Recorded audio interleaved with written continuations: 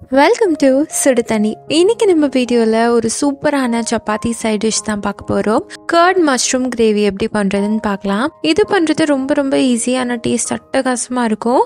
இதோட இன்க்ரீடியன்ஸை நான் டிஸ்கிரிப்ஷன் பாக்ஸில் கொடுக்குறேன். இப்போ வாங்க சேர்ந்து சமைக்கலாம். ஃபர்ஸ்ட் இதுக்கு ஒரு பவுலில் நம்ம 200 கிராம் மஷ்ரூம் சேர்த்துக்கலாம். இந்த மாதிரி ஸ்லைசஸாக கட் பண்ணி சேர்த்துக்கோங்க. இப்போ இது கூட 1/4 கப் தயிர், கூடவே 1/2 டீஸ்பூன் உப்பு, 1 டீஸ்பூன் மிளகாய் தூள், 1/2 டீஸ்பூன் மிளகுத்தூள், இது எல்லாத்தையும் சேர்த்துட்டு நல்லா மிக்ஸ் பண்ணி விட்டுடலாம். தயிர் சரியாக கோட் ஆகலைன்னா கூட 1 டேபிள் ஸ்பூன் கூட சேர்த்துக்கோங்க. இதுதான் அளவுன்ட்டு கிடையாது. இது நல்லா மிக்ஸ் ஆனதுக்கப்புறமா இதை அப்படியே ஒரு 15 நிமிஷம் ஊற வச்சுருங்க. இருக்கட்டும். அடுத்து ஒரு கடாயில் 1 டேபிள் ஸ்பூன் எண்ணெய் சேர்த்துக்கலாம்.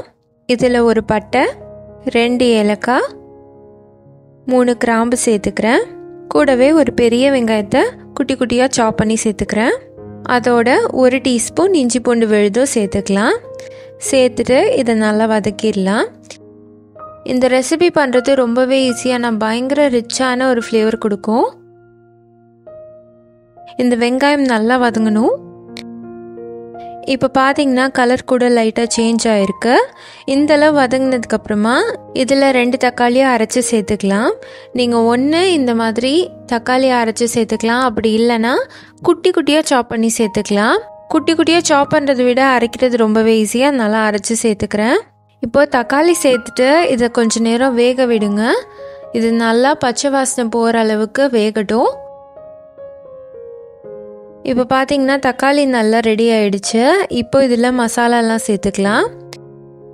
1 டீஸ்பூன் மிளகாய் தூள், 1 டீஸ்பூன் மல்லித்தூள், 1/2 டீஸ்பூன் சீரகத்தூள், 1/2 டீஸ்பூன் உப்பு சேர்த்துட்டு இதில் 5-6 முந்திரியை நல்லா அரைச்சி வச்சுருக்கேன். அந்த பேஸ்ட்டை சேர்த்துடலாம்.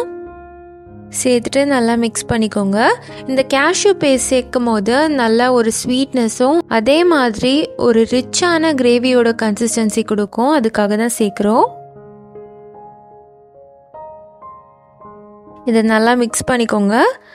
தேவைப்பட்டுச்சுன்னா நீங்கள் கொஞ்சம் தண்ணி கூட சேர்த்துட்டு இதை ஒரு 5 நிமிஷம் கொதிக்க வைக்கலாம்.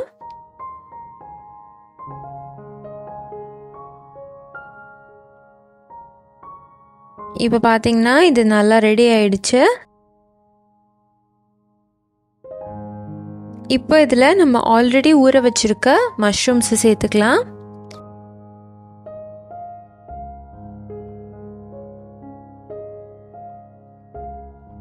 சேர்த்துட்டு நல்லா மிக்ஸ் பண்ணிக்கோங்க.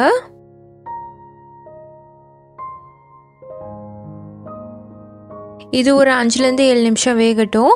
மஷ்ரூமே தண்ணி விடும், ஸோ அதுலேயே நல்லா குக் ஆகிடும். இருக்கட்டும்.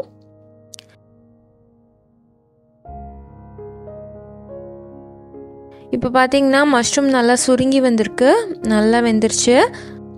இது ஆல்மோஸ்ட் ரெடி ஆகிடுச்சு. கடைசியாக ஒரு ஃப்ளேவருக்காக 1 டீஸ்பூன் கரம் மசாலா சேர்த்துக்கிறேன். சேர்த்துட்டு நல்லா கலந்து விட்டுடலாம். இது சேர்த்ததுக்கப்புறம் ரொம்ப நேரம் கொதிக்கணுன்ட்டு இல்லை, 2 நிமிஷம் இருந்தாலே போதும். லாஸ்ட்டாக கார்னிஷிங்காக நான் கொத்தமல்லி தழை சேர்த்துக்கிறேன். சேர்த்துட்டு இதை நம்ம இறக்கிடலாம். அவ்வளோதான், நம்மளோட மஷ்ரூம் கிரேவி இப்போ சூப்பராக ரெடி ஆகிடுச்சு. இந்த மாதிரி மேரினேட் பண்ண மஷ்ரூமை நீங்கள் ட்ரை பண்ணியிருக்க மாட்டீங்க, ஆனால் கண்டிப்பாக இதே மாதிரி ட்ரை பண்ணி பாருங்கள். முக்கியமாக இந்த கேஷ்யூ பேஸ்ட்டை நம்ம ஸ்கிப் பண்ணக்கூடாது, அதுதான் இதோட டேஸ்ட்டே. ஸோ இதே மாதிரி இந்த ரெசிபியை ட்ரை பண்ணி பார்த்துட்டு எப்படி இருந்துச்சுன்னு சொல்லி கண்டிப்பாக கமெண்ட்டில் சொல்லுங்கள். இந்த வீடியோ உங்களுக்கு பிடிச்சிருந்தா லைக் பண்ணுங்கள், சுடு தண்ணி சேனலை சப்ஸ்கிரைப் பண்ணுங்கள். தேங்க்யூ.